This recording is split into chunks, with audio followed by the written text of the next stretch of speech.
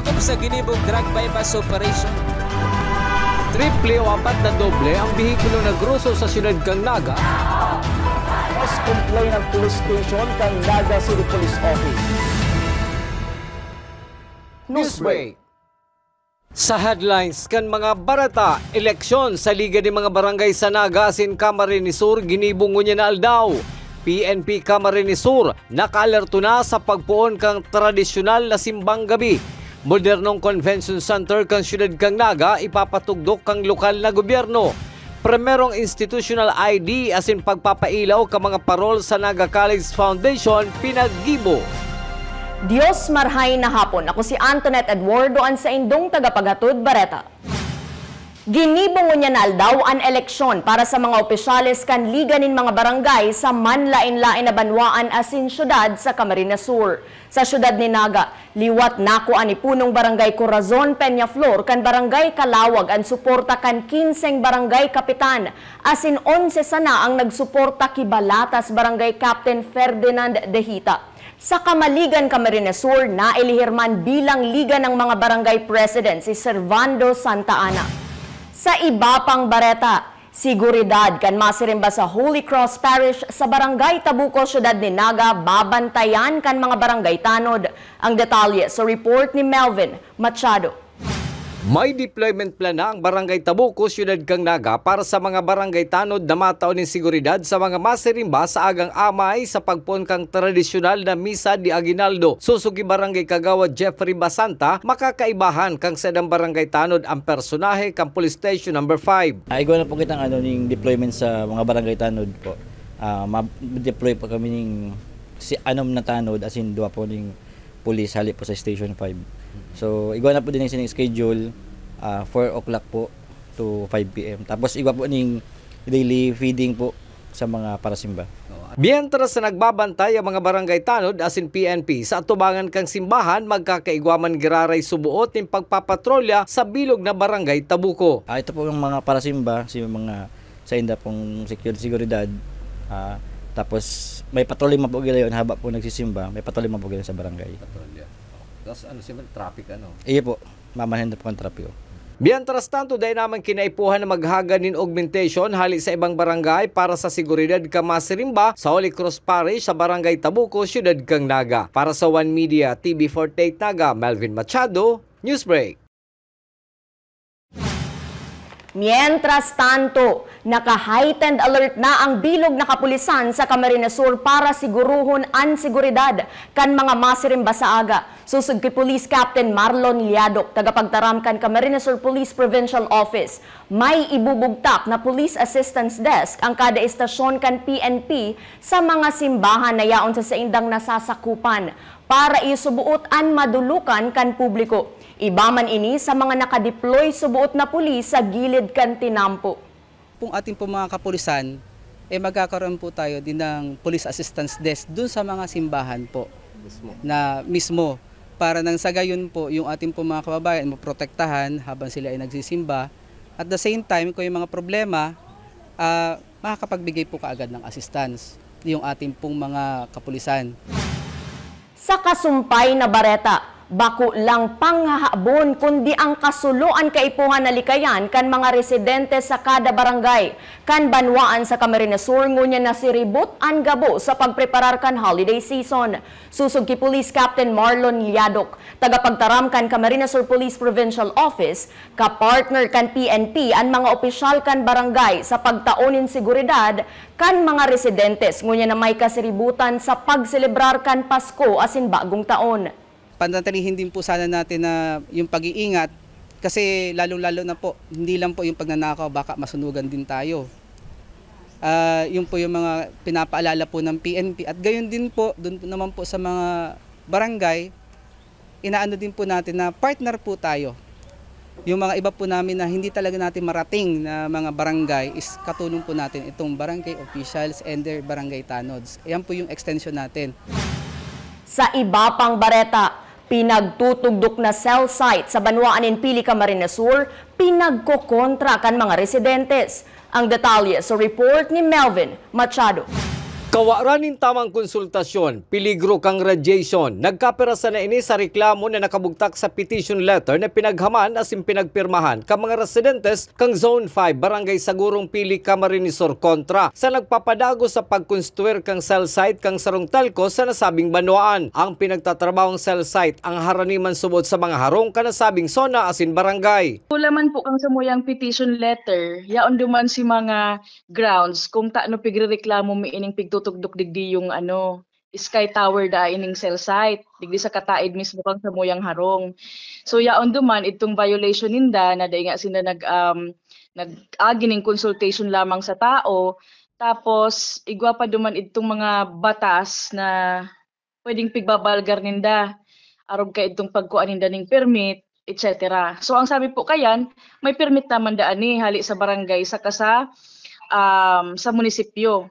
Idinagdag pa ni Ms. May Lustre sa indanaman subot na ipadaraan na sabing petisyon sa Sangguniang Bayan kan Pili, Camarines Sur asin padagos nagahalat nin aksyon. Submitted min po ito sa Sangguniang Bayan dahil iyo po dato ang dapat ming gibuhon asin pagpasahan ka ito. So pig man po tulos to, pig tukar man tulos after a week, perming Monday ang sa indang meeting, pig tukar man tulos sa meeting. So suhuring update sa muya, sabi endorse na da sa committee. Mala ta si agum ko ngani nakaulay itong committee head. Sabi man, ay urgent kaya ini, dapat nga kani pig forward tulos sa kuya sa kapag urulayan tulos. Alagad ang gangunyan po mayo pa man paapod. Ngunya nakatapusan kan Desyembre pinaglalauman matatapos subot ang patrabaho ka na sabing cell site sa Barangay Sagurong Pili, Camarines Sur. Para sa One Media TV 48 Naga, Melvin Machado, Newsbreak. Sa pagbabalikan newsbreak, suspect sa Bandoho case na aresto sa anti-illegal drug buy-bust operation kasuudma. Iyan na sinibapang mga bareta sa pagbuelta kan One Media TV 48 Naga, Newsbreak. Dakop sa ginibong drug bypass operation. Triple o apat na doble ang bihikulo na gruso sa siyudad kang Naga. Mas complain ng police station kang Naga City Police Office. Newsbreak.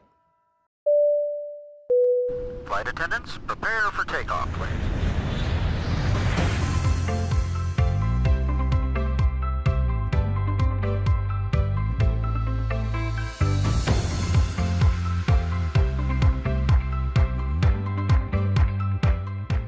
Slip life vest over your head.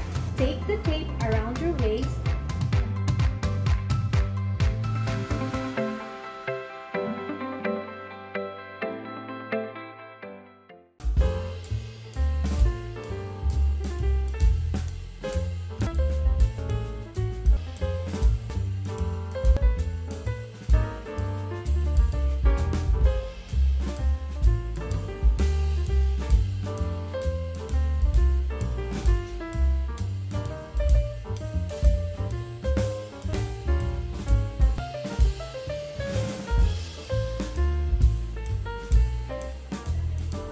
Life at home is better with Unlimited.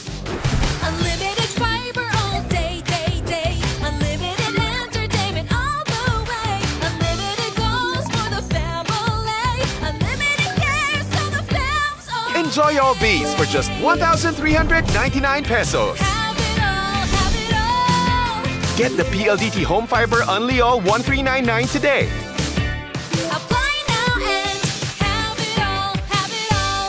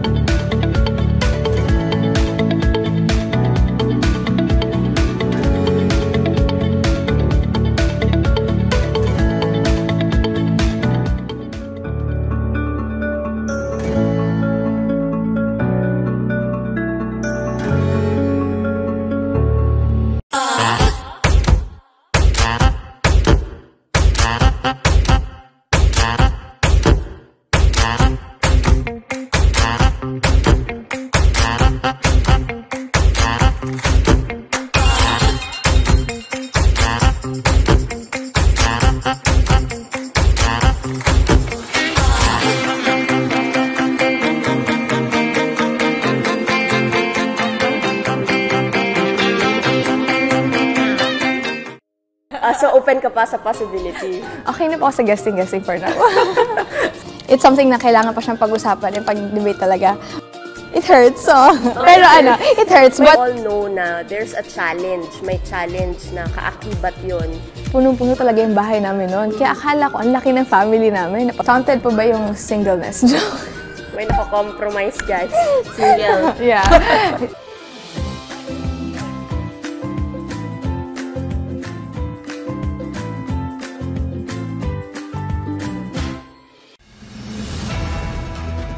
Dakop sa ginibong drug bypass operation. Triple o apat na doble ang bihikulo na gruso sa siyudad kang Naga. Mas complain ng police station kang Naga City Police Office. Newsbreak. Sa pagpapadagos kan mga bareta, modernong convention center kan lokal na gobyerno kan Naga na nagkakantidad 1 billion pesos itutugdok sa Barangay Carolina. Groundbreaking kanasabing proyekto, ginibo ka sa bagong aga. Ang detalye sa report ni Melvin Machado. Sa 3.2 ektaryang hiwas din lote na pinagdonar kang pamilya ni Injerboy Aman sa Barangay Carolina, Siyudad kang Naga, itutugdok kang lokal na gobyerno kang Naga ang modernong Naga City Convention Center. Kasubagong aga ginibo ang groundbreaking ceremony na pinanginutan ni Naga City Mayor Nelson Legacion, mga konsihal, asin man lain-lain na grupo na katuwang kan lokal na gobyerno. Para sa alkalde kang siyudad, ang proyektong ini ang nagpapahiling kan pagiging resourceful kang liderato kang presenteng administrasyon. Ini pong proyektong ini, this project illustrates our resourcefulness and the kind of partnership that is very evident here in our city. Acknowledge na po na itakaya ang mga arog kaining project. Bako lang ini, kadakon pa pong iba. Pero nangyayari dahil nagiging maparaan po kita, especially Team Naga. Sa pagkwenta ni Mayor Legacion, aabuton sa 1 billion pesos ang kantidad kang proyekto, 600 million pesos para sa Convention Center na pinagpromesa ni Senador Joel Villanueva. Sobra man sa 150 million pesos ang kantidad kang lote, asin milyones pesos man subot ang kaipuhan para sa 4 lanes na tinampo, pasiring sa nasabing proyekto. Ang cost kan daga, si area niya is 3.2 hectares. 3.26 hectares. Gurano na po ang kantidad kan daga dito. Assuming na piragkor, pira ang kantidad kan daga dito. Mga 5,000 per square meter. Mga 5, around 5. Kasi haciendas eh. Around 5. O di mga 150 million yan. No less than 150 million pesos. Ini po mismong building na yan, that's around 600 million pesos. 600. O di, pira na gabo, 750. Harani ng mag 1 billion. Ito pang kalsada, sa palibot. Sa palibot lang kan. And then, sa parking area. Si Department of Tourism Regional Director Herbie Aguas nagsiguro man kang saing suporta sa lokal na gobyerno kang Naga sa paagi kang pagdara ni mga darakulang event sa syudad. Para sa One Media, TV 48 Naga, Melvin Machado, Newsbreak. Mientras tanto, dapat ikonsiderar ang pagkaunin solusyon sa problema sa trapiko na iyon pinaghahabuan kan mga turista na nagbibisita sa sarong lugar. Susug ki Department of Tourism Regional Director Herbie Aguas, dapat tinatawan atensyon arog kan lokal na gobyerno kan Naga ang problema sa trapiko na iyon pinaghahabuan kan mga turista. Ang mga turista natin na wala masyadong abala sa pag-iikot at mga pagpupunta sa mga tourism destination. So, may mga nabanggit na may mga ginagawang mga bypass road dito and hopefully hindi matagalan to. Kasi talagang it's gonna be a problem if hindi na uulit ang mga taong papapasyal sa isang lugar na matraffic. Sa police report, nasa kustodiya ngunyan ka Naga City Police Office Police Station No. 3 ang suspect na si Lorenzo Purisima matapos maaresto sa ginibong anti-illegal drug buy bust operation kung sa inabakalan ang suspect nin sarong sachet subuot nin shabu na nagkakantidad 1,500 pesos. Asin pagkakakumpiskar nin tulong sachet nin subuot illegal na droga. Nasa kabilugan, nagkakantidad 13,600 pesos. Mahahampang sa pagbalgar sa Republic Act 9165 ang nasabing suspect. Sa iba pang bareta, primerong institutional ID asin pagpapailaw kan mga parol sa Naga College Foundation pinagibo sa nasabing eskwelahan. Ang detalye sa report ni Campus Correspondent Kelly Francisco. Panunin kaugmahan ang mga estudyante, empleyado, maginan mga VPs asin ang presidente ka Naga College Foundation na si Mr. Mario Villanueva matapos ang launching kan pinakaenot na Institutional Christmas Station ID kan NCF. Asin ang pailaw kan man iba-ibang parol, naggibo kan mga estudyante. Para ki NCF President Mario Villanueva, gamit ang mga parol, ilaw asin mga musika, inisarong tradisyon na kan mga Ensyano na ipamati ang kahulugan nin Pasko. Well, it's a tradition for us to really share and remember what the spirit of Christmas is all about, through lights, through parol, through sounds, para kung ano man yung mga naging problema, let's just keep moving and put our faith in God. Para man kay Dion Sabalya, bilang sarong freshman student, magay na eksperyensya ang magpartisipar sa parol making contest.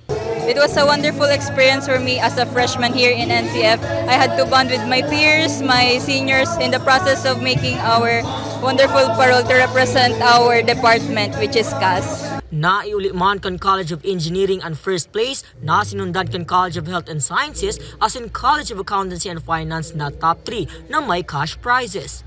Ang CAS, CBM, CTED, CCJE, asin ang CCS, ang binisto bilang mga runners-up sa parol making contest na tig-organisa kan CSG. Nagpaabot man in mensahe si Mr. Mario Villanueva sa NCF community. Well, Merry Christmas to the Tiger community. I do hope that the family bonding both in your home and the family here at NCF Tigers Den would be as joyful and as merry for the remembrance of the birth of our Christ, which is Merry Christmas. Kada bulan ng Disyembre, sibot na ang gabos na estudyante sa mga aktibidad arog kan pailaw sa palibot, may kaibahan na ningirit tanda kan sa indang kaugmahan.